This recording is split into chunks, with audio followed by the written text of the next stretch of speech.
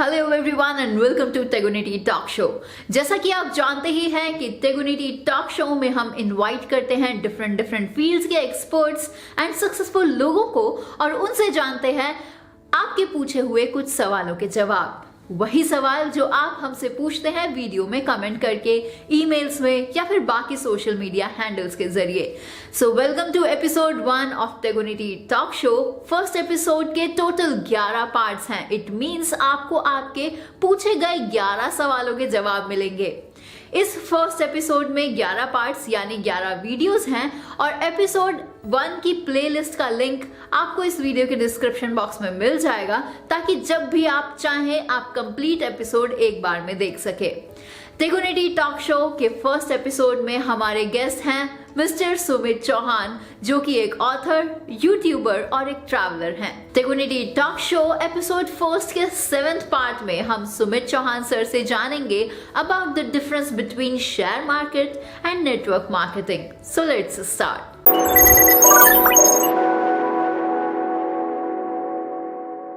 सो मेरा क्वेश्चन ये है कि नेटवर्क मार्केटिंग और स्टॉक मार्केट मतलब शेयर मार्केट, इन दोनों में से क्या बेहतर है अगर किसी को कुछ चूज़ करना हो दोनों में से? क्योंकि ये पार्ट टाइम किए जाते हैं और जैसे ही शेयर मार्केट का नाम आता है तो एक रिस्क फैक्टर दिमाग में आ जाता है कि यहाँ पे तो शेयर्स कब गिर जाएंगे कुछ पता नहीं होता। समझ लो। सो इन दैट सेंस क्या नेटवर्क मार्केटिंग ही करें और इस चीज़ के बारे में सोचे ही ना?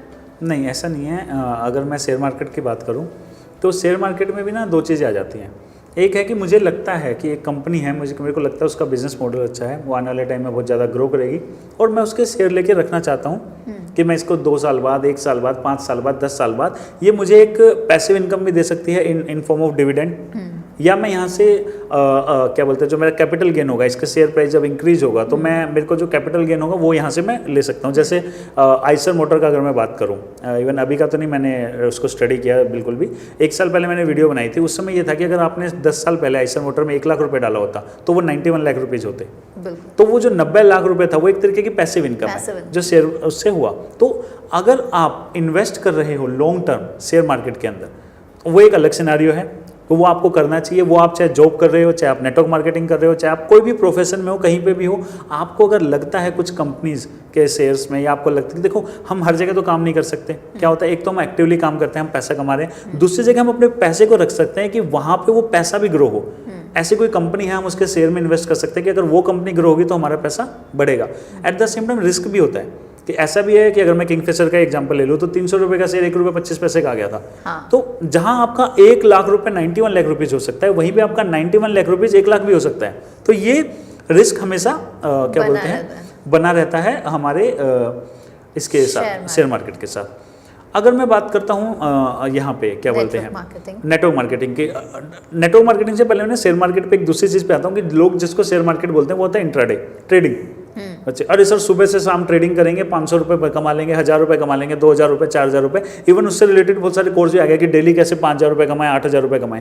ये सब कुछ आप समझो कि शेयर मार्केट के अंदर जो इवन ब्रोकरेज हाउस होते हैं वहाँ पे एक बड़ी अच्छी सेइंग होती है। ब्रोकरेज हाउस के अंदर ना लोग जो कभी भी कस्टमर्स को नहीं बताई जाती या क्लाइंट्स को नहीं बताई जाती, वो ये होता है कि इंट्राडे के अंदर या डे ट्रेडिंग के अंदर सिर्फ एक ही एंटिटी है जो हमेशा कमाती है, वो होता है शेयर जो ब्रोकरेज हाउस होता है वो और कोई नहीं कमाता। तो आपने सीक्रेट रिवील कर दिया। क्योंकि एक्चुअली में पता क्या होता है कि अब आप देखो, आपको लग रहा है कि ये शेयर ना आज बढ़ेगा, आज घटेगा, न्यूज़ आ रही है, ये आ रहा है, वो आ रहा है। ये मजबूरी है ब्रोकरेज हाउस की। कितनी ब्रोकरेज होती है? 10 पैसा, 20 पैसा, 30 पैसा। अगर आपके पास 100 करोड़ रुपए भी है और अगर उसमें से मान लो 90% लोग ऐसे सिंसियर लोग हैं जो बोल रहे हैं कि हाँ हमने इस कंपनी में इन्वेस्ट किया है, हमने लेट्स सपोज L&T फाइनेंस में इन्वेस्ट किया हमने, क्योंकि हमें लगता है कि आज से 2 साल के बाद ये जो कंपनी है, ये 4 साल के बाद ये बहुत अच्छा रिटर्न हमें दे सकती है। आपने इन्वेस्ट कर दिया, ब्रोकरेज हाउस को कोई फायदा नहीं हो रहा इससे। ब्रोकरेज हाउस चाहता ही नहीं कि कोई भी इंसान लॉन्ग टर्म के लिए इन्वेस्ट करे। वो तो चाहता है कि आप सुबह खरीदो, दोपहर में बेचो, दोपहर को खरीदो, शाम को बेचो। क्यों? ट्रेडिंग होती रहे। जितनी बार आप खरीदोगे, बाय करोगे, सेल करोगे, बाय करोगे, सेल करोगे, उनको उनका कमीशन मिलता रहेगा। तो अगर आप 100 बार ट्रेडिंग कर रहे हो, उनको 100 बार पैसा मिला, लेकिन अगर आपने एक ही बार ले लिया और 10 साल बाद आप बेचोगे, उनको कोई फायदा नहीं हो रहा। इसलिए ब्रोकरेज हाउस हमेशा ऐसे न्यूज निकलेंगे, ऐसा आपको बताया जाएगा आज इसमें करो, आज उसमें करो, क्योंकि उनकी पूरी कमाई डिपेंड है आपके ऊपर कि आपका विजन बड़ा ना हो जाए। So it is kind of creating some hypes. हाँ, उनकी मजबूरी है, क्योंकि अगर वो दिन अगर उनका एक पैसा दिन में 1 करोड़ अगर 10 बार घूम गया तो उनका 10 करोड़ रुपए हो गया एक तरीके से। हाँ। वो 10 बार उसको घुमाएंगे। और अल्टीमेटली क्या देखा जाता है कि अगर एक इंसान कमा रहा होता है, 100 लोग लूट रहे होते हैं, कभी हम देखते हैं अरे वो शेयर मार्केट में था इतना कमा लिया, लोगों का मैंने देखा घर तक बिकते हुए शेयर मार्केट, जबकि नहीं बिकना चाहिए। वो क्यों बिक रहा है? इसी लालच में, ये जो ट्रेडिंग का जो होता है ना। अदरवाइज आप अपना वो वाला पैसा इन्वेस्ट करो शेयर मार्केट के अंदर जो आपके पास एक एक्स्ट्रा मनी है, आपने आया, आपने सेव किया, एक पैसा इन्वेस्ट कर दिया, ये सोच के कि ये यहाँ से ग्रो भी हो सकता है और रिस्क भी आप लेके चल रहे हो कि अगर कम भी हो गया तो कोई इशू नहीं है। लेकिन होता क्या है, जब डे ट्रेडिंग हम करते हैं, हमारे को क्या होता है, 1-2 बार हमारा तुक्का लग गया, और वो तुक्का ही होता है। वो कितने भी टेक्निकल चार्ट वगैरह बता दें आप किसी भी, क्योंकि मैंने खुद एक ब्रोकरेज हाउस में काम किया है, तो हमारे ब्रोकरेज हाउस में जब मैं ब्रोकरेज हाउस जो लोग काम करते थे, जो ट्रेडिंग के अंदर काम करते थे, तो मैं उनसे बात करता था, या ये बताओ ये है क्या? कह रहे कुछ भी नहीं है, हमारे जो क्लाइंट आज से 5 साल पहले थे वो 90% खत्म हो चुके हैं। ओके। अब नए क्लाइंट आ गए हैं, ये अगले 5 साल में खत्म हो जाएंगे। एक ये हर बड़े से बड़े ब्रोकरेज हाउस के अंदर एक सेइंग होती है कि आप कितनी भी ट्रेडिंग कर दो, कमाएगा सिर्फ ब्रोकरेज हाउस। तो ये चीज़ें, हाँ, तो ब्रोकरेज हाउस को कमाना हमें नहीं देना है। हमें अपना पैसे को अगर ग्रो करना है तो हम एक लॉन्ग टर्म विजन के साथ जरूर इन्वेस्ट करें। तो पहले तो अगर कोई शेयर मार्केट में आ रहा है तो वो ये समझ ले, शेयर मार्केट पैसे मंथली बेसिस पे कमाने का नहीं है। शेयर मार्केट क्या है, आपने इन्वेस्ट किया, आप 1 साल 2 साल 5 साल 10 साल के बाद आप वहाँ पे से एग्जिट ले सकते हैं या आप डिविडेंड को एंजॉय कर सकते हैं। लेकिन जब आप जिस दिन आप ये सोच लोगे कि मैं मंथली एक्सपेंस शेयर मार्केट से निकालूंगा, उस दिन आप इसमें घुस जाओगे ट्रेडिंग के अंदर। और ट्रेडिंग के अंदर ना अल्टीमेटली इंसान जो होते हैं 90% से 95%, बल्कि मैंने 99% लोगों को देखा है, अल्टीमेटली वो बर्बाद ही होते हैं। हम जिनका एग्जाम्पल देते हैं कि ये देखो शेयर मार्केट से 300 करोड़ हो गया, 500 करोड़ हो गया, हम उनका कभी देखेंगे ना तो वो कैसे हुए। उन्होंने शेयर खरीदा था 2010 में और वो करोड़पति हुए 2020 में। हम ये नहीं देखते कि जिनका हम एग्जाम्पल दे रहे हैं कि जो शेयर मार्केट के अंदर जिन्होंने करोड़ों कमा लिया, वो लोग हैं जो किसी कंपनी के साथ एसोसिएट होकर लॉन्ग टर्म उसके साथ रहते हैं। हम ये नहीं देख रहे, हम देख रहे हैं उनको। वही वाली बात है जो हमने डिस्कस किया था कि हम गोल जो है हमारा अमीर बनना है, ना कि अमीर दिखना। लेकिन हमारी हरकतें क्या है, अमीर दिखने वाली। हमारा पूरा इंस्टाग्राम, फेसबुक मोटिवेशनल कोट से भरा हुआ है। हम घड़ी ये सब कुछ दिखा रहे हैं। सेम वे में शेयर मार्केट में भी ऐसा हो रहा है कि पैसा कमाना है तो उनको फॉलो करो ना जिन्होंने कमाया है, कंपनीज में इन्वेस्ट किया, 2-2 साल 4-4 10-10 साल तक उन्होंने वेट किया उन कंपनीज का, जिसको वैल्यू इन्वेस्टिंग में हम एक तरीके से बोलते हैं। आप वो चीज़ करो ना।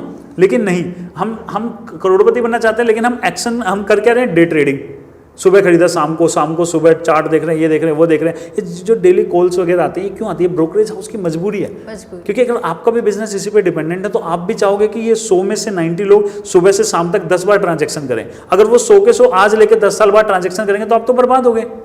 तो अल्टीमेटली आपका जो सक्सेस है उसको रिस्क पे डाल के आपसे ट्रेडिंग कराई जाती है। तो इसलिए मैं डे ट्रेडिंग के लिए मैं बोलता हूँ कि आप अवॉइड ही कीजिए। आप कितने भी बड़े एनालिस्ट हो, हमने बड़े एनालिस्ट भी जो होते हैं उनको भी बर्बाद होते हुए देखा है। और ये एक तरीके का जुआ है, जुए की तरह खेल करना है तो आप कर सकते हो। अदरवाइज हर किसी को शेयर मार्केट में इन्वेस्ट करना चाहिए।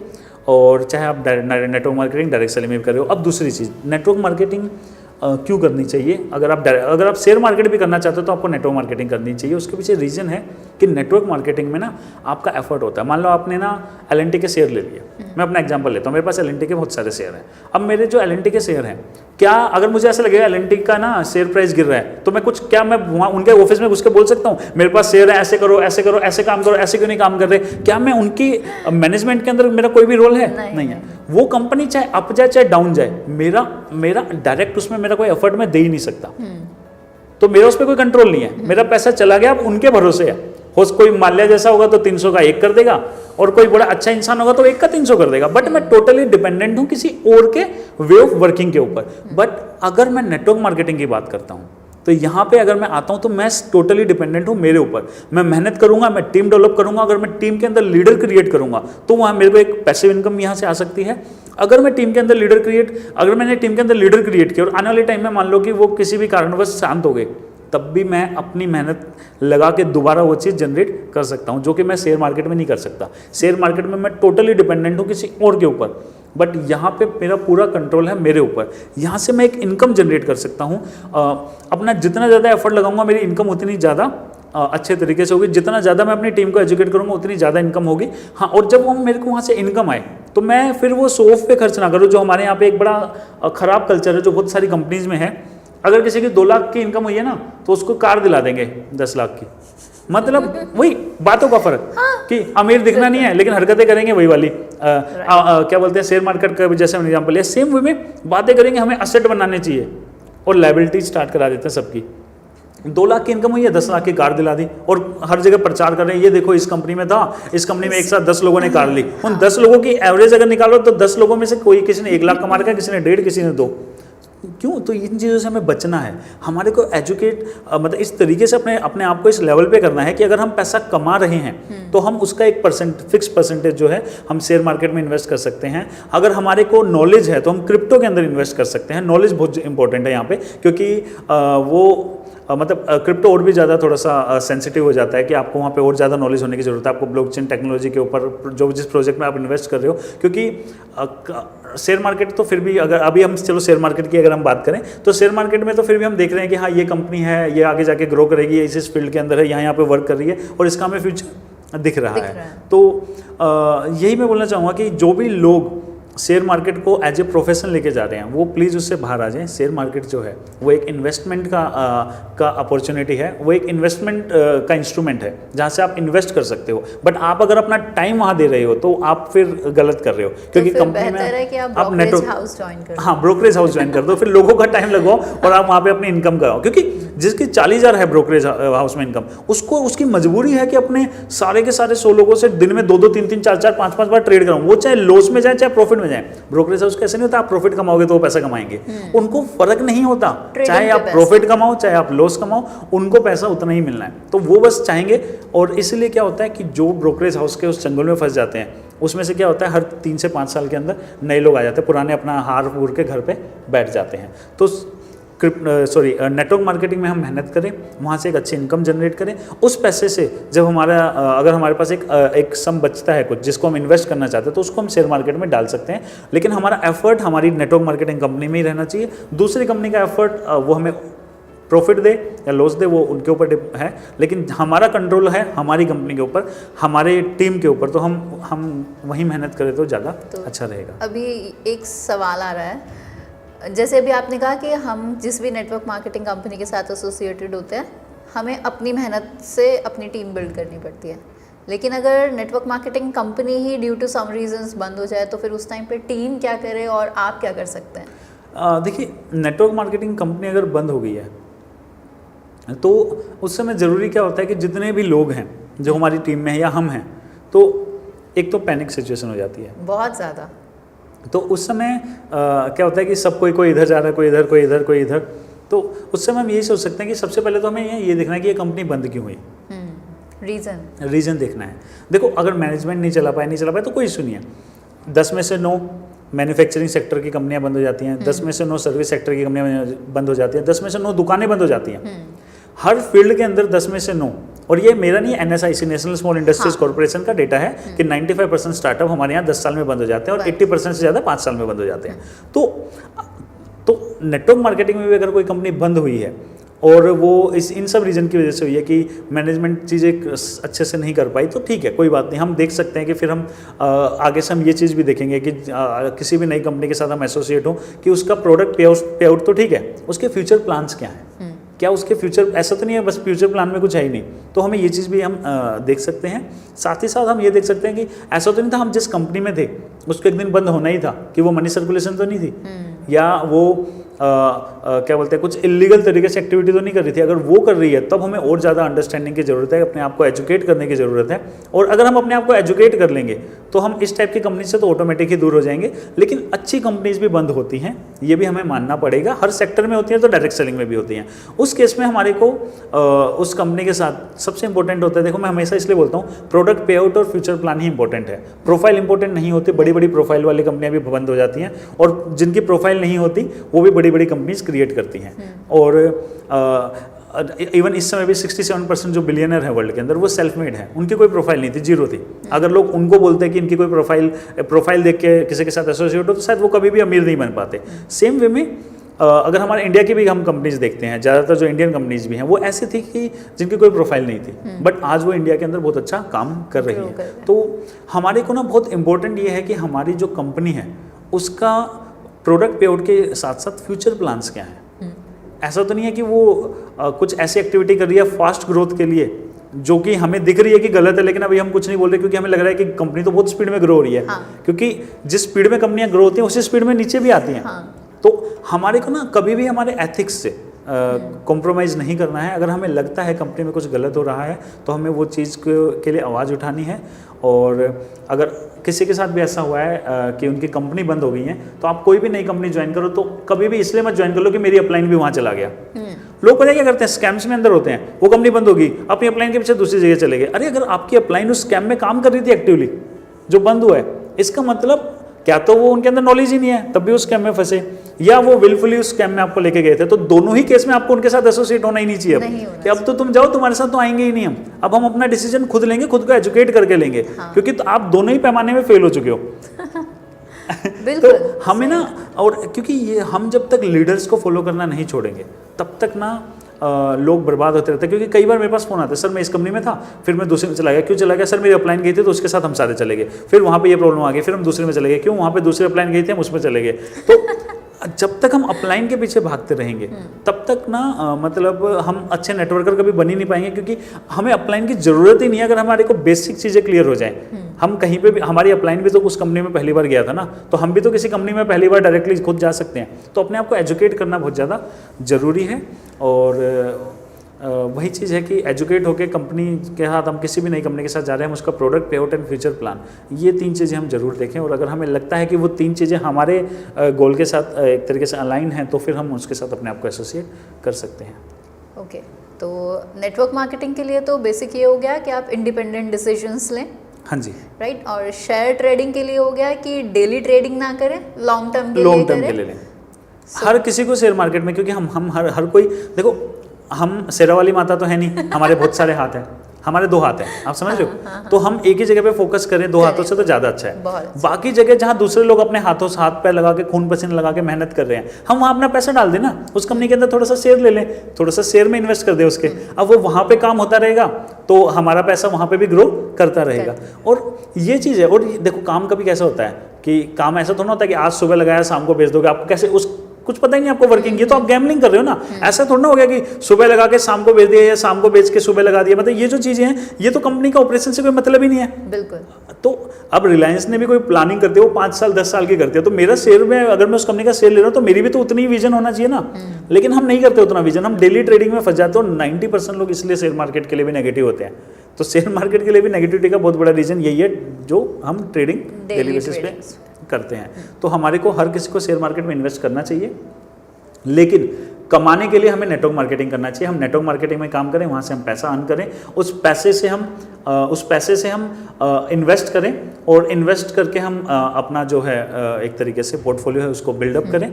और एसेट्स को हम लोग एसेट्स में इन्वेस्ट करें, हम लायबिलिटीज़ को ना पालें हमारे सीनियर्स के कहने पे कि ये गाड़ी ले लोगे, ये घर ले लोगे, ये बंगला ले लोगे तो आपकी कमाई बढ़ जाएगी। अगर आपको आपकी कमाई बढ़ाने के लिए किसी के सामने कार लेके जाना पड़ रहा है तो आप एक गलत कंपनी में हो। इसका मतलब आपकी कंपनी के प्रोडक्ट्स में दम नहीं है, तभी आपको ये सब चीज़ें यूज करनी पड़ रही हैं। अगर आपकी कंपनी का प्रोडक्ट अच्छा है, पे आउट अच्छा है ना, तो आपको ये सब सॉल्व करने की ज़रूरत नहीं है।